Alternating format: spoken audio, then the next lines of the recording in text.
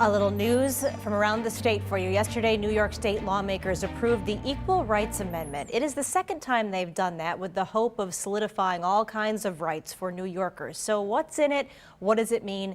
And what do our local leaders have to say about it? Just a few of the questions that Keelan Berrien looked into today, joining us now with the rundown on all of this. Right, Kate. And lawmakers are saying approving Senate Bill 108A is a big milestone New York is moving towards. This bill is meant to protect abortion rights as well as the rights for members of the LGBTQ plus community. So after we all saw the overturn of Roe v. Wade at the U.S. Supreme Court, supporters pressed this amendment. It's supporters like Senator Sean Ryan who acknowledges how our freedoms have been taken for granted for generations.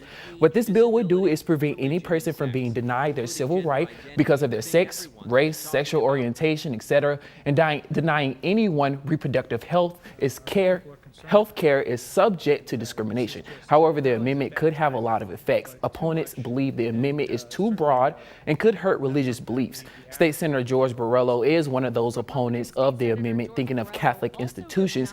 He says the state already allows abortions, but now it could force Catholic hospitals to perform them.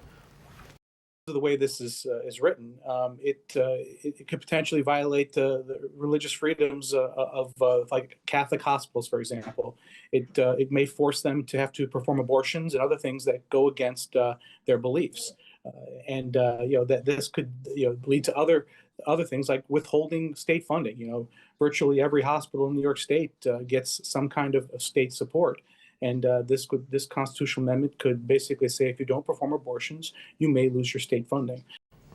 And Borrello says this would not only affect short-term pregnancy, but also long-term pregnancies. This amendment will be heading to New York voters next year. But reporting from West Buffalo, Keelan Berrien, Channel 2 News.